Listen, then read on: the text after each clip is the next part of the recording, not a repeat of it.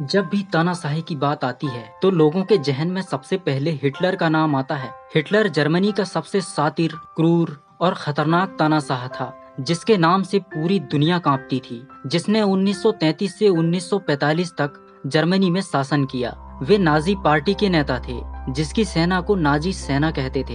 Hitler ही दुनिया में हुए वर्ल्ड वार 2 का जिम्मेदार था, जिसमें करोड़ों लोगों ने अपनी जान गंवाई। द्वितीय विश्व युद्ध में पूरी दुनिया के 61 से भी अधिक देशों ने अपनी भूमिका निभाई थी, जिसमें भारत भी शामिल था। वैसे तो भारत एक शांतिप्रिय देश है, पर भारत में ब्रिटेन का शासन होने के कारण भारत को इस युद्ध में शामिल होना पड़ा। दोस्तों, इस वीडियो में हम आपको बताने वाले हैं एडोल्फ हिटलर से जुड़ी जानकारी, और अगर आप इसी तरह की वीडियो देखना चाहते हैं तो हमारे चैनल को सब्सक्राइब जरूर करें। एडोल्फ हिटलर का जन्म 20 अप्रैल 1889 को ऑस्ट्रिया में हुआ। हिटलर के पिता का नाम एलोइस हिटलर और मां का नाम क्लारा पोंजल हिटलर था। हिटलर की मां अपने पिता एलोइस हिटलर की तीसरी पत्नी थी। ये अपने पिता की चौथी संतान थे। बचपन में हिटलर बहुत धार्मिक स्वभाव के थे और अक्सर वे चर्च जाया करते थे, इसलिए वह एक पादरी बनना चाहते थे। बचपन में हिटलर का जीवन बहुत गरीबी में गुजरा। आर्थिक कठिनाइयों की वजह से उनकी पढ़ाई अधूरी रह गई। ये पैसे कमाने के लिए पोस्ट कार्डों में पेंटिंग बनाकर बेचते थे। इसके अलावा इन्होंने लेबर का काम भी किया था। अपने पिता की मृत्यु के बाद 17 वर्ष की उम्र में ये वियना चले गए। जब प्रथम विश्व युद्ध शुरू हुआ तब भी सेना में भर्ती हो गए। इन्होंने फ्रांस में कई लड़ाइयों में भाग लिया था। हिटलर को बहादुरी के लिए आयरन क्रॉस और ढेर सारे मेडल भी मिले थे। 1918 में हुए युद्ध में वे बुरी तरह से घायल हो गए थे।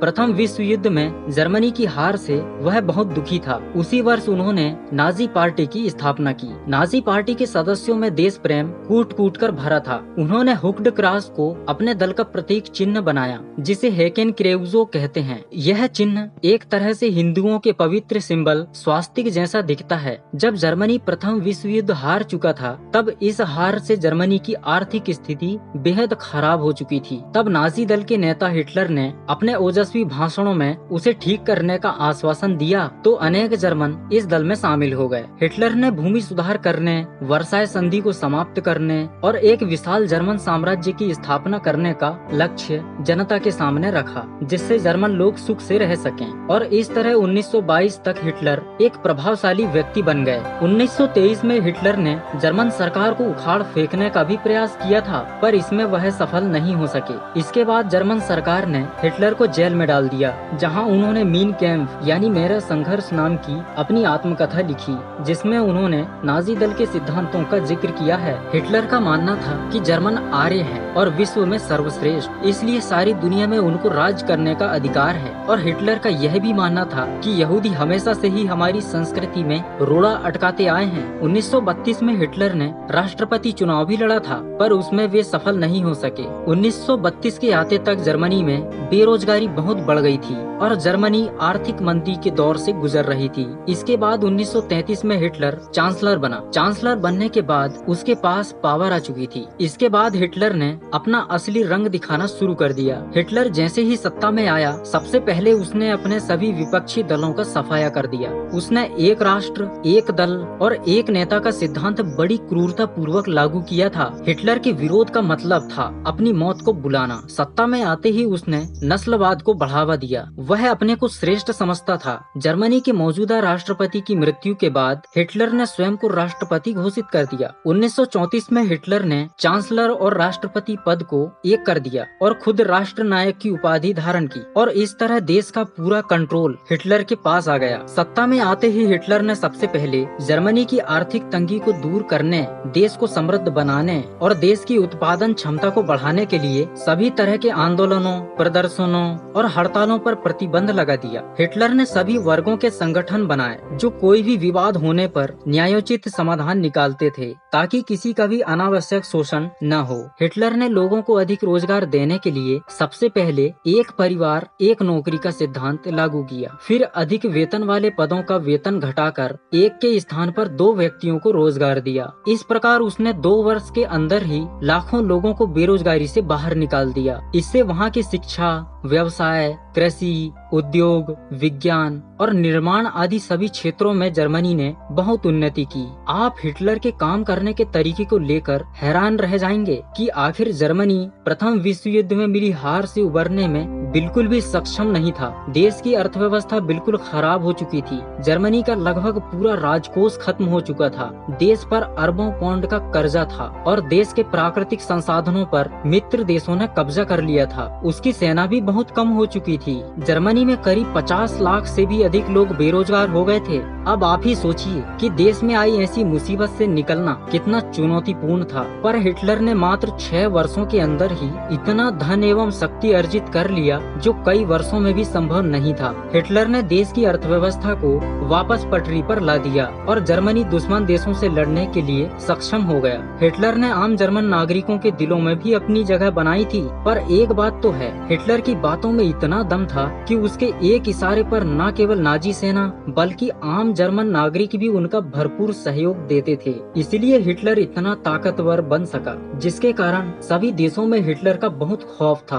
द्वितीय विश्व युद्ध इसलिए हुआ क्योंकि प्रथम विश्व युद्ध हारने के बाद जर्मनी से बाकी देशों ने वर्साय संधि पर जबरदस्ती हस्ताक्षर करा लिया और प्रथम विश्व युद्ध का दोषी जर्मनी को ठहराकर उस पर आर्थिक दंड लगा दिया और जर्मनी ने अपनी भूमि का एक बड़ा हिस्सा गवा दिया। इस संधि के अनुसार जर्मनी पर दूसरे राज्यों पर कब्जा करने की पाबंदी लगा दी गई और जर्मनी की सेना का आकार भी छोटा कर दिया गया, जिसका जर्मनी ने बहुत विरोध किया। इस संधि की वजह से जर्मनी की अर्थव्यवस्था बिल्कुल पंगु हो चुकी थी और बाकी देश भी ऐसा ही चाहते थे कि जर्मनी की अर्थव्यवस्था गिर जाए। वर्साय संधि ही जर्मनी की सारी मुसीबतों की जड़ थी। पर स्वाभिमानी जर्मनी ने इसके विरोध में पोलैंड और बाकी देशों पर हमला कर दिया। हिटलर के आदेश से नाजी सेना ने पोलैंड पर 1 सितंबर 1939 को आक्रमण कर दिया और इसी दिन से द्वितीय विश्व युद्ध की शुरुआत हुई। यह युद्ध भी पहले विश्व युद्ध की तरह 2 गुटों के बीच लड़ा गया था, जिसमें एक तरफ तो जर्मनी के साथ इटली,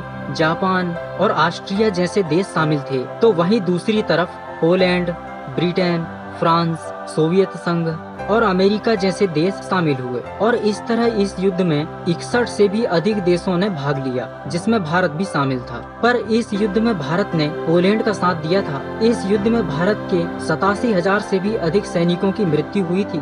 यह युद्ध इतना खतरनाक था कि आज भी लोग वर्ल्ड वार 2 में हुए विनाश को याद कर सहम जाते हैं। हिटलर द्वितीय विश्व युद्ध में अपने सैन्य अभियानों की स्वयं देखरेख करता था। जब एडोल्फ हिटलर पूरी दुनिया से यहूदियों का नामो निशान मिटा रहा था, तब महान वैज्ञानिक अल्बर्ट आइंस्टीन को भी अपनी मौत का डर सताने लगा। तब उन्होंने 1940 में अमेरिका की नागरिकता ली। अल्बर्ट आइंस्टीन ने दुनिया में शांति बनाए रखने और युद्ध में परमाणु हथियार पर रोक लगाने के लिए हिटलर की निंदा की थी, जिसके कारण हिटलर ने आइंस्टीन को मौत के घाट उतारने के लिए $5000 का इनाम भी रखा था। हिटलर इतना क्रूर था कि उसने लोगों को एक एक कर मारने के बजाय एक ऐसा तरीका ढूंढ निकाला जिसमें हजारों लोगों को एक साथ मौत के घाट उतारा जा सके। उसने बड़े बड़े गैस चैम्बर्स बनवाए। इन चैम्बरों में लोगों को एक साथ भर दिया जाता था और उस चैम्बर को बंद कर उसमें जहरीली गैस छोड़ दी जाती थी, जिसमें लोगों की दम घुटकर मौत हो जाती थी। हिटलर अक्सर यहूदियों को इसी तरह की मौत देता था। हिटलर ने इन चैम्बर्स में 11 लाख से भी अधिक लोगों को मौत के घाट उतारा था। हिटलर जिन लोगों को गैस चैम्बर में नहीं मारता था,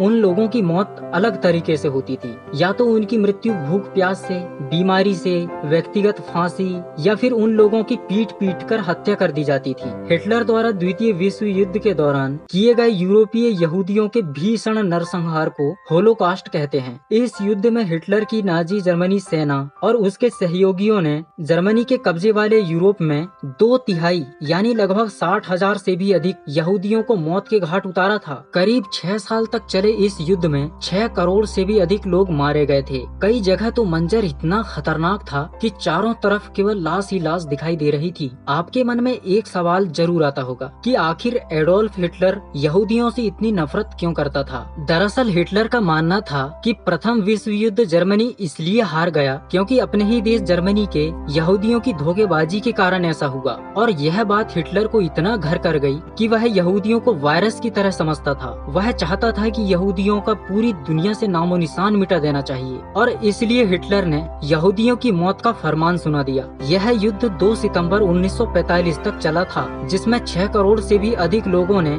अपनी जान गंवाई थी। शुरुआत में हिटलर की नाजी सेना बहुत बहादुरी से दुश्मनों का सामना कर रही थी। हिटलर ने फ्रांस को भी जीत लिया था और आगे वह ब्रिटेन को भी जीतना चाहता था, पर बाद में नाजी सेना की ताकत कम पड़ने लगी। 1944 में सबसे पहले इटली ने पराजित होकर आत्मसमर्पण कर दिया, जिससे जर्मनी को बहुत झटका लगा। बाद में इस युद्ध में जर्मनी को परास्त कर सोवियत सेना आगे बढ़ती हुई जर्मनी के बर्लिन तक पहुंच गई। हिटलर ने अपनी मौत से 2 दिन पहले ही 29 अप्रैल 1945 को अपनी शादी ईवा ब्राउन नाम की लड़की से की थी। द्वितीय विश्व युद्ध में हिटलर की सारी सेना मारी जा चुकी थी। तब जर्मनी की इस पराजय को हिटलर बर्दाश्त नहीं कर पाया और उसने 30 अप्रैल 1945 को 56 वर्ष की उम्र में खुद को गोली मारकर आत्महत्या कर लिया। इसके बाद जर्मनी ने आत्मसमर्पण कर दिया। दूसरी तरफ अमेरिका ने 6 अगस्त और 9 अगस्त 1945 को जापान के हिरोशिमा और नागासाकी शहरों में हाइड्रोजन बम फैट मैन और लिटिल बॉय गिरा दिया, जिसमें लाखों लोग मारे गए थे, जिसके कारण 2 सितंबर 1945 को जापान ने सरेंडर कर दिया। इसके बाद द्वितीय विश्व युद्ध समाप्त हुआ और पीछे छोड़ दिया इतिहास का सबसे महाविनाश का मंजर। हिटलर ने वर्ल्ड वॉर 2 को देकर जो तबाही और बर्बादी का मंजर दुनिया को दिखाया है, वह बहुत ही दर्दनाक और खौफनाक था और आज भी दुनिया वर्ल्ड वॉर 2 को याद कर सहम जाती है। युद्ध के अंत में मित्र देशों की जीत हुई। यह विश्व युद्ध मानव इतिहास का सबसे भयंकर युद्ध था। पर इन सब के अलावा एडोल्फ हिटलर का व्यक्तित्व बहुत प्रभावशाली था। वह बहुत शातिर और अच्छा वक्ता था। हिटलर अपने भाषण की कला में इतना निपुण था कि उसकी वाणी आम लोगों में जादू का काम करती थी। वह अपने भाषणों से किसी को भी अपनी ओर आकर्षित कर लेता था और वह आसानी से लोगों का दिल जीत लेता था। हिटलर झूठ को सच और सच को झूठ बनाने की कला बखूबी जानता था। हिटलर ने अपने व्यक्तित्व का उपयोग कर वर्साय संधि की गलतियों को जनता से अवगत कराया और उन्हें अपना समर्थक बना लिया। हिटलर बहुत दूरदर्शी विचार रखता था, जिसकी वजह से वह अपना आधिपत्य जमाने में कामयाब हो सका। तो दोस्तों, अभी के लिए बस इतना ही। यह वीडियो आपको कैसी लगी हमें कमेंट करके जरूर बताएं और अगर आपको यह वीडियो अच्छी लगी हो तो वीडियो को लाइक करें, शेयर करें और हमारे चैनल को सब्सक्राइब जरूर करें। वीडियो को लास्ट तक देखने के लिए धन्यवाद। मिलते हैं दोस्तों अगली वीडियो में।